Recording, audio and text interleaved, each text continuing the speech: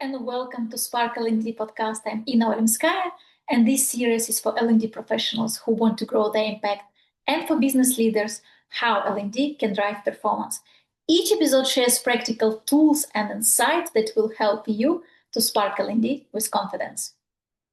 In today's episode, we will talk about the challenge that a lot of L&D professionals face when they need to work with heavy, complex content and turn it into learning that is engaging but also enjoyable by the participants. And it doesn't matter if we talk about compliance training, some technical topics, or expert knowledge, the question is always the same: how we can move all this content into learning that can be practical, active, and also engaging. We will try to find out it today together with today's guest. Today, I will be joined by Elena, who is a learning consultant and also the founder of Lena Smooths, boutique learning consultancy specializing in designing learning solutions that really drive the behavioral change. Lena likes to say that movement is one of the most preferable ways of learning for our brain.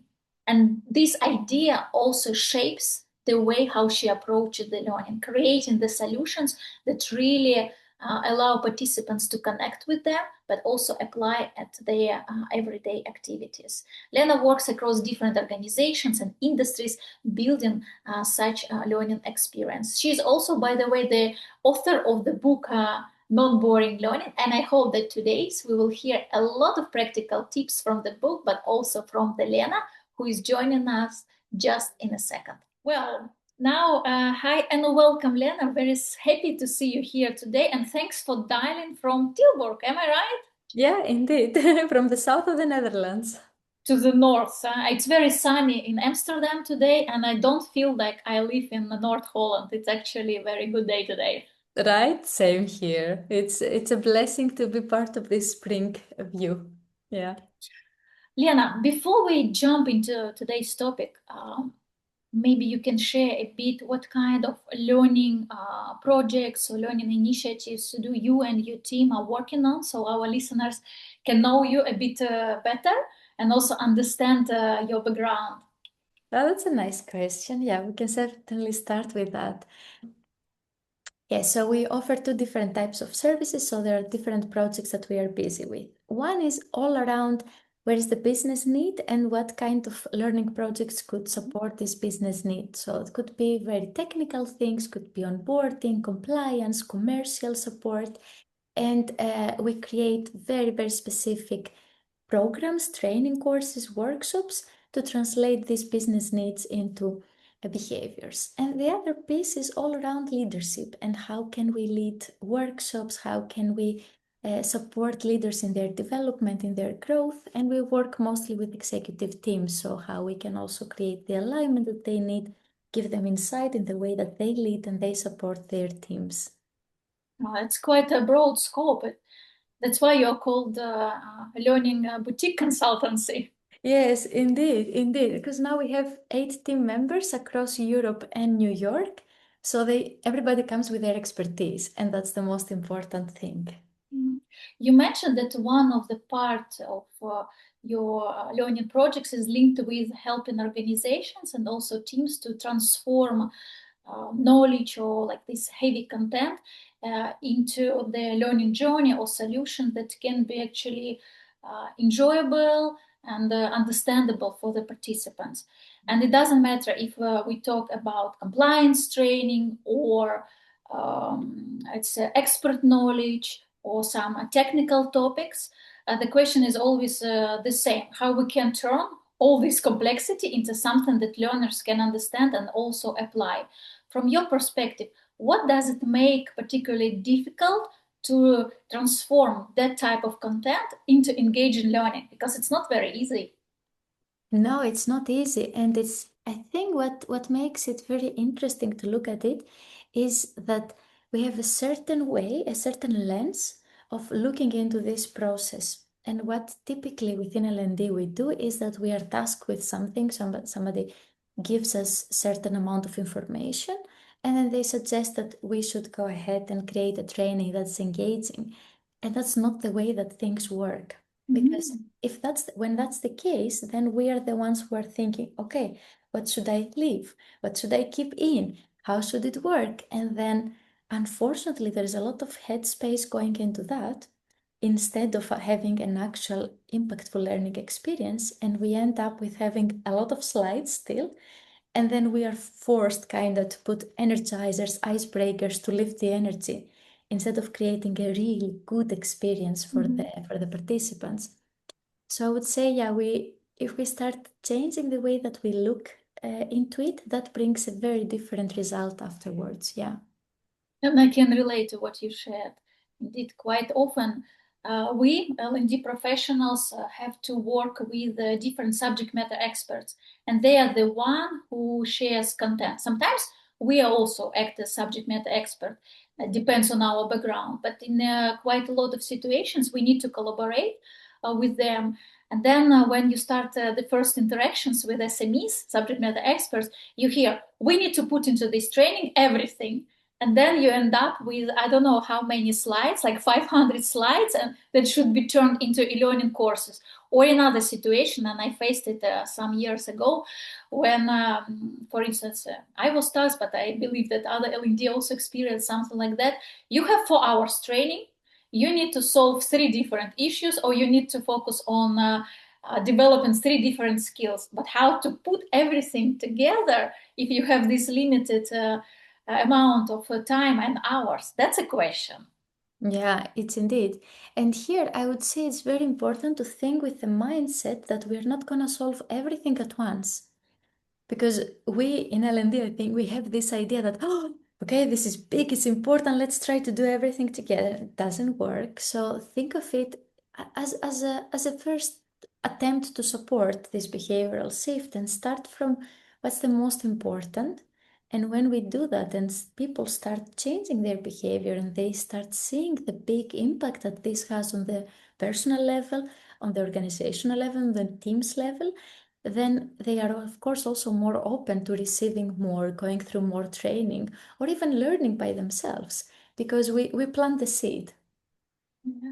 And how do you still deal with such requests when, because imagine you came to a company and they connected you with a SME, or in my case, I have several stakeholders with competing requests. Then how to decide what we actually keep in the program, what we can simplify, but it's still okay, or maybe something we just can miss and it still will be okay. So how do you decide what to keep and what to delete for a while?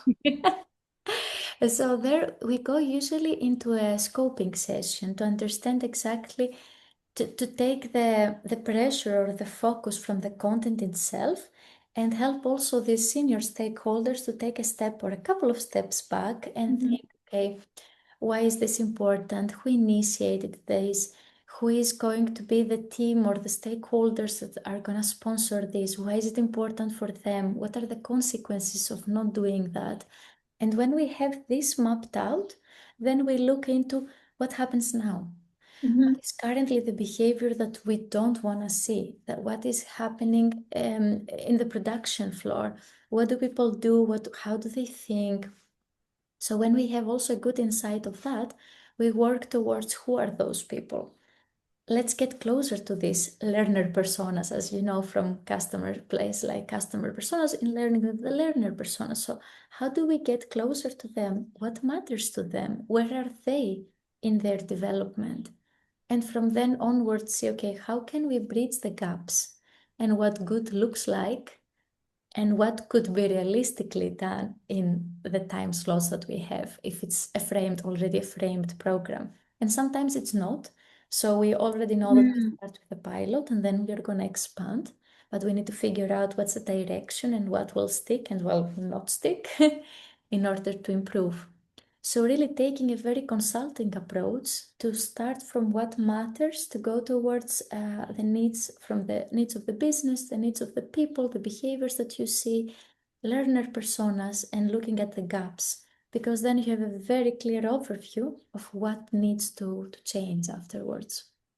Actually, what I'm hearing is that you're stepping out of the content and trying to look at the situation, not how I can bump all this content to the learners. But actually, why do they need to know that? Yeah. How they can apply it in everyday work activities, and what will be the impact for the organization? And having that understanding for those at least three questions already can help you in designing the session and designing the learning journey. Exactly. It brings boundaries.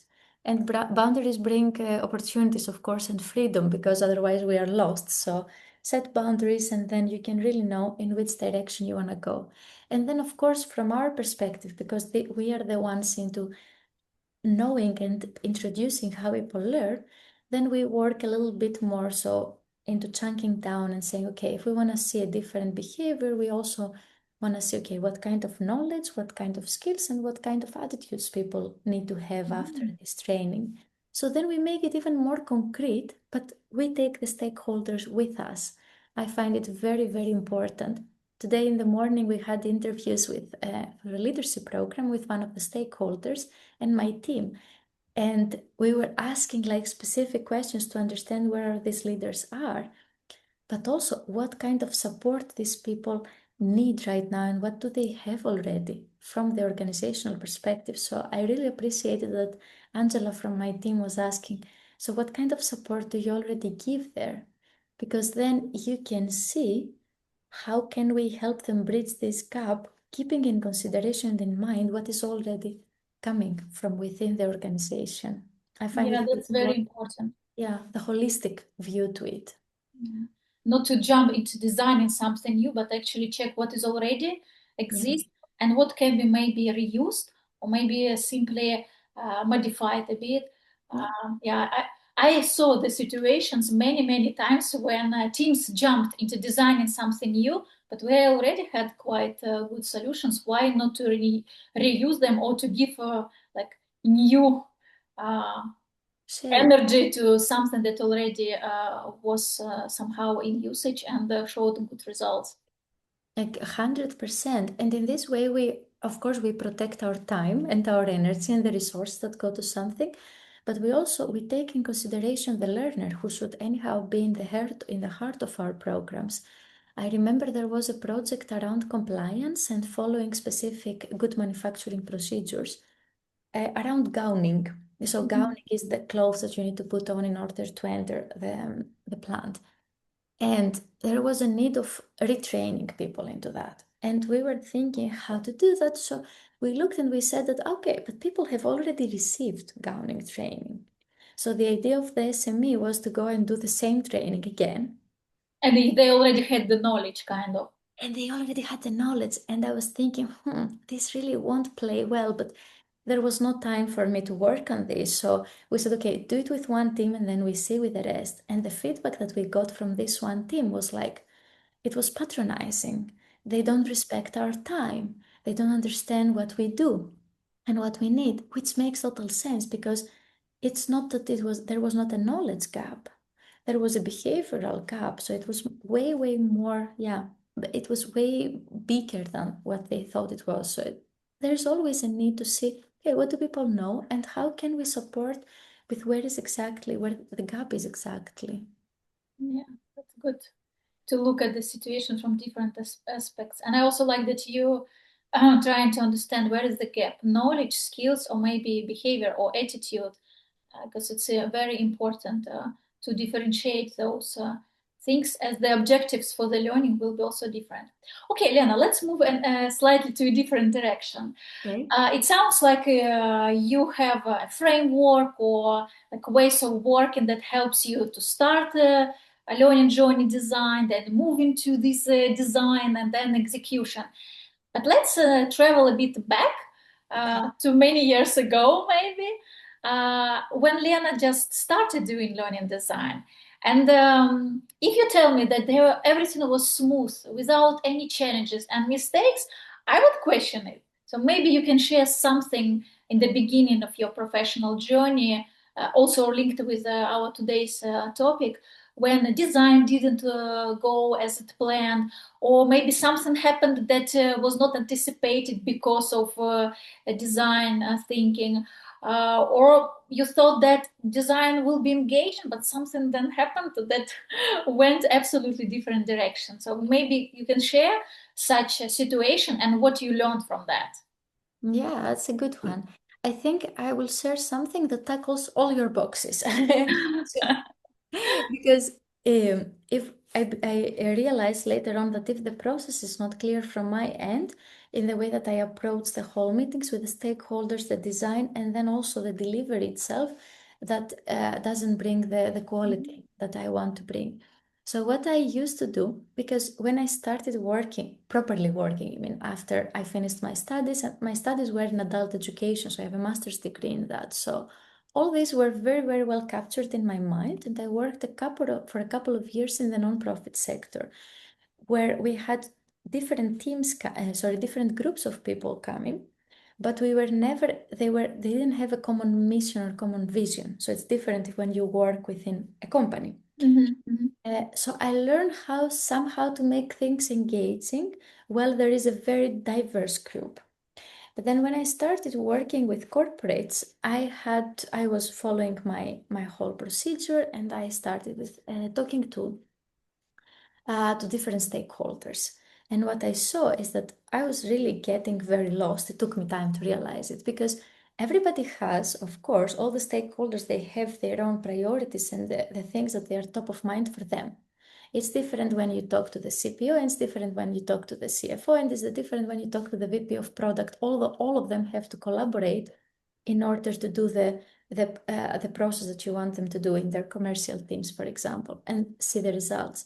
So what I saw is that following all the steps, going through everything with each one of them, and then I was sitting by myself alone and I was thinking, oh my God, they are right. All of these things are valid. How do I chunk it down and decide what we're gonna keep and which direction we're gonna go? It's a And lot, huh? it's a lot. And because I didn't have the guts to say, hey, you guys, this is a lot. Can we look at it together? What I was doing is like, we're gonna make everyone happy. So let's go into design and let's pack everything and make it still very engaging, but very quick, one after another, super, And super very fast, with high speed, huh? very high speed, which of course ends up on a superficial level because then the people don't have the real time that they need to take this Mhm. in, to embody the new behaviors, the new tools, the new knowledge that they're receiving. So that was big for me. And after a couple of failures, as I saw them, I was like, okay, I need to do something different. And coaching helped me realize that this is a decision of what stays and what doesn't, or let's put it in the way, what is most important now, what's the priority. uh, what helped me was to sit down with the people who are the key stakeholders of the project, present the results, because we always get results, also the data that they provide, but the interviews that we have with them, but also interviews with the participants.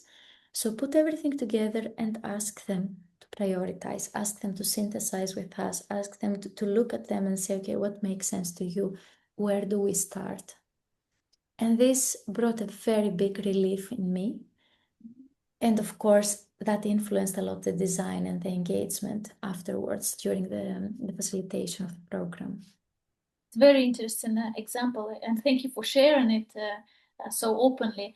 Actually, I thought that you would talk about some exercises or games that you incorporated into the learning, but actually, it was several steps before delivery. So it shows how it's important for L&D really to be able to go a bit above all the content, all the objectives, and to see how elements are connected with each other.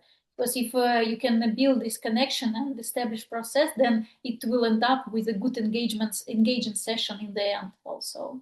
Indeed, indeed.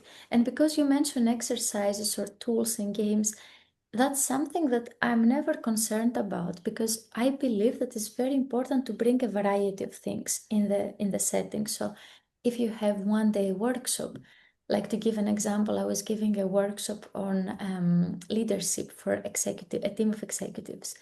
And then we used from Play-Doh, dancing, drawing, sticky notes, What else? There was one more, but doesn't come to mind right now. So already four different ways of making the learning even more interesting, or in my way of looking at it, bringing a little bit more metaphorical way of looking into the situation and the new learnings. It was about situational leadership and team vision and self-leadership. Because if you stick to one thing, let's say I always use Legos, Legos, Legos, Legos, Legos, Mm. then not everyone is gonna love the Legos. Then you exclude. But if you bring a bit of variety, then there will be for sure a moment that everybody will have their insight. Not all the time, everyone, but that's also not possible. You cannot please everyone. But if you offer variety, then you make sure that people are gonna take pieces from it. And you also mentioned that we have different learning personas, and some of them like to touch things, and some like, I don't know, reading and then discussing new information that they found out. Someone just wants to look, and it's already the way of learning for them. So it's a kind of combination between learning personas and the variety of the tools that you can use for engagement. There is no one solution that fits everyone. No, indeed, indeed. And when I am asked, okay, but how are we gonna do it? It's very diverse group. I'm like, yeah, you have to be able to play a little bit around, not offer only one thing, but offer a variety of things so people can choose like a menu. You can always find something that you like in the menu. Well, for that, I have your book right now next to me. There are so many different tips and tricks. Of course, everyone should look at it and discover by themselves. But maybe you can share some practical tips from there. What can we incorporate into the learning journey to make it really more engaging? Or maybe you can share some tips through embodying learning. That is one of the things that you experimenting and trying a lot. Yes, indeed. Okay. Maybe then I think it's in the book, but if I'm not mistaken, at least there is this part that I really, really love around values, because there is every organization has values, right? Or every organization above, 200 people, they have to make their values. They have to state them, they have to be visible, because as you grow, then you really need to make sure that you attract and you retain people who are aligned to your values. And oftentimes, when you have a values workshop or a values lecture, then people understand or connect the values in a very intellectual way, Mhm. which is, of course, less than half of how we operate, because we don't operate from the neck up, but we are complete human beings, and our bodies are not brain taxis. So one of the way of bringing in embodied learning in these kinds of sessions, after having people, bring their own stories about the values and see how they can reflect on them and how they connect, we ask people to keep one value, one important thing that was from them, from the session, and make a move.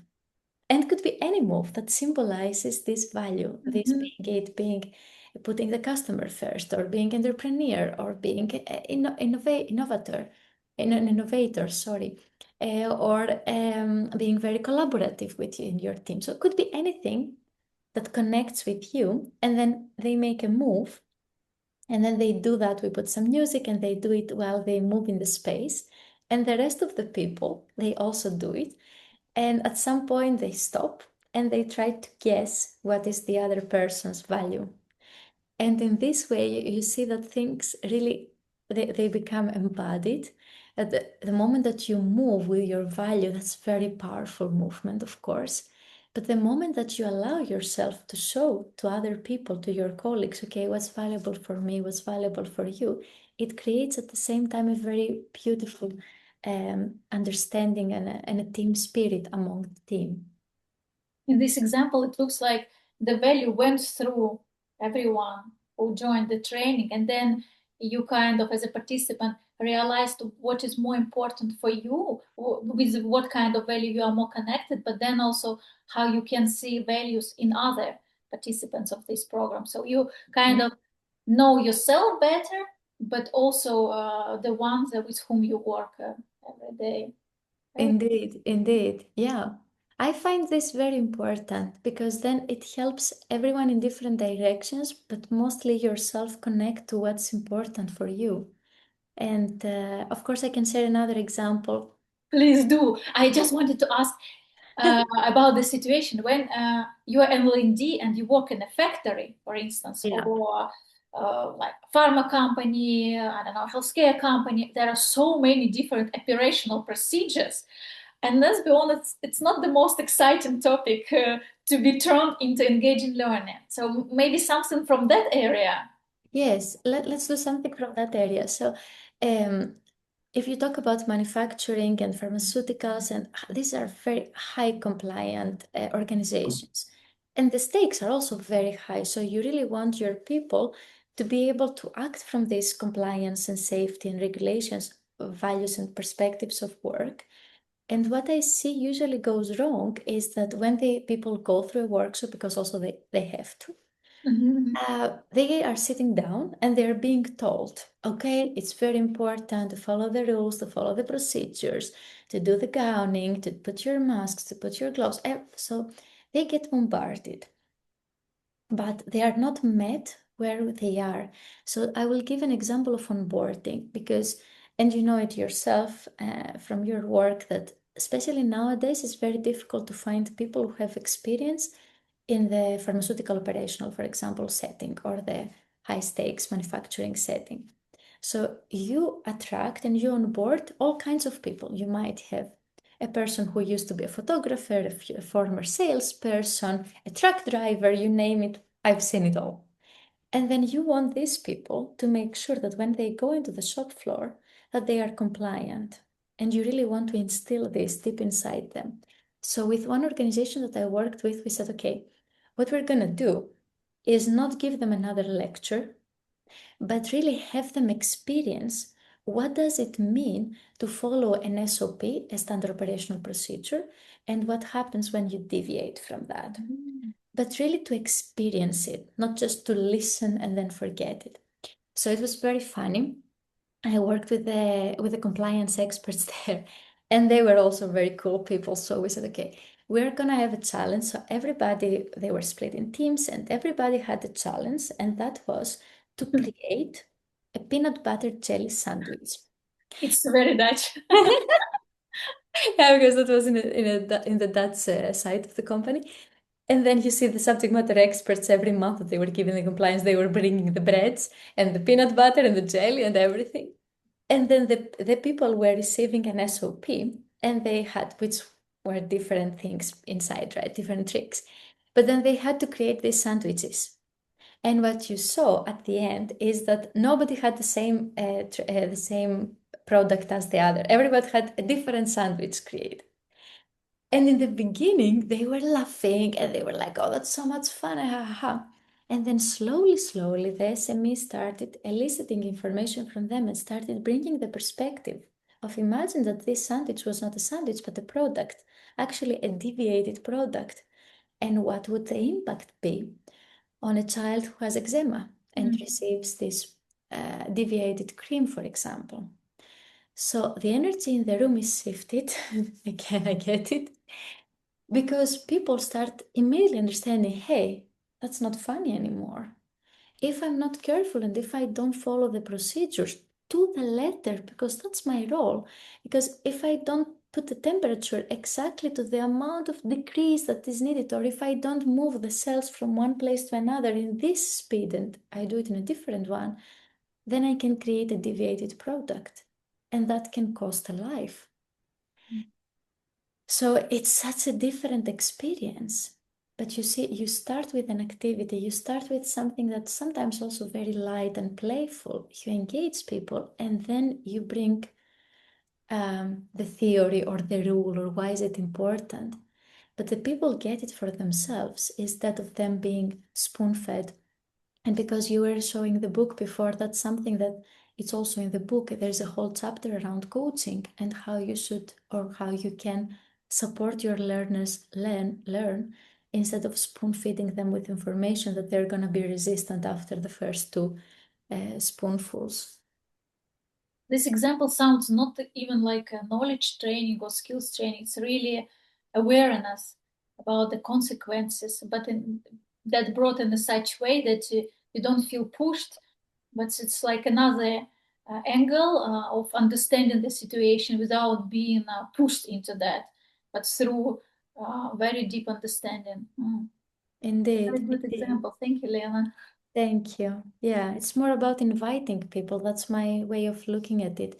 Inviting people to learn. Don't force them. Yeah. And before we wrap up, I would like to ask you two more questions that I ask in each episode. So the first one will be, what will be one piece of recommendation of advice that you can give to any L&D professional who want to level up their skill, how they create engaging learning? And the second question will be, maybe you can recommend any resources, like books, I don't know, programs, courses, anything that also can be used for self-education. I put it all together, but there are two questions. No, thank you very much for that. And we're gonna go two directions for both things. So the most important thing is that get your process straight. So really start what we're saying in the beginning from what's important, what's the business need behind, what do you want people to do afterwards, and the mindset shifts that you want to create. Mm-hmm. And when you have that, you can create learning experiences that they are interesting, they are engaging, and the people can connect to them and can connect to themselves and to the organization itself.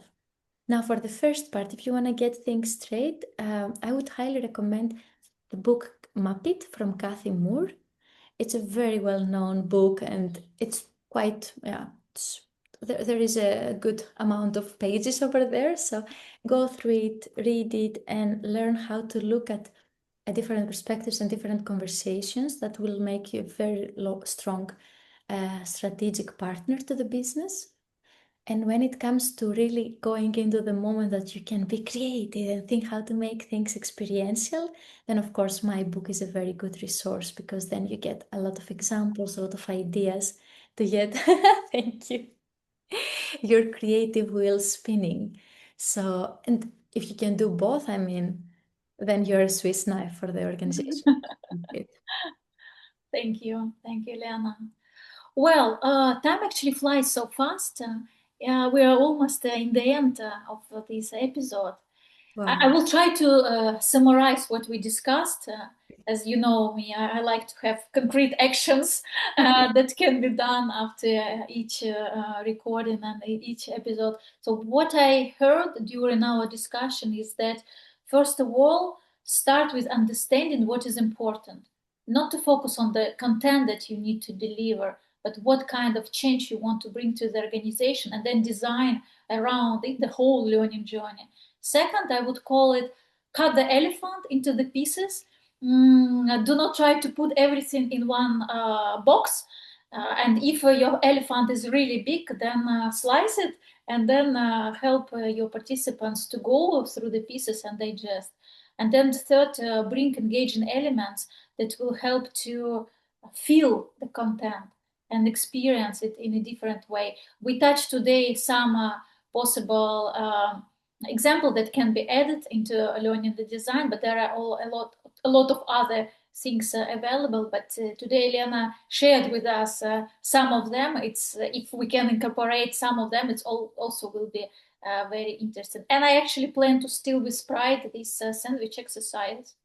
I'm not gonna tell where I will do it, but I plan to do it. So I committed to try something new, especially here in Netherlands with Pintercast. That'd be so much fun. I'm so happy that you're gonna do that. I love that. So trying new things and experimenting is always interesting. And if it's Yeah. with fun and deep meaning behind, it's even more interesting. Yeah, Before indeed. I close, would you like to share anything with our listeners? Maybe some last messages for them. I think I will share something connected to what you said, that it's important to experiment, and sometimes, especially when we try something new, Mm. don't go easy. So just anticipate that there are gonna be roadblocks and difficulties, but that's not a reason to give up. But that's just the beginning, and then things can slowly develop and hopefully flow. Yeah, thank you, Leon. And thank you for joining sharing your experience and the tips. I believe that if some of them can be incorporated, it's already a change. And now a question for our listeners. We hope that this episode was interesting for you and useful. And let us know what kind of difficult topic you worked on that you had to turn into engaging learning. So share it in the comments under this video, or maybe you're working on such project right now. Then please share your questions, and we will tackle them with Elena offline. And with that, follow Spark L&D.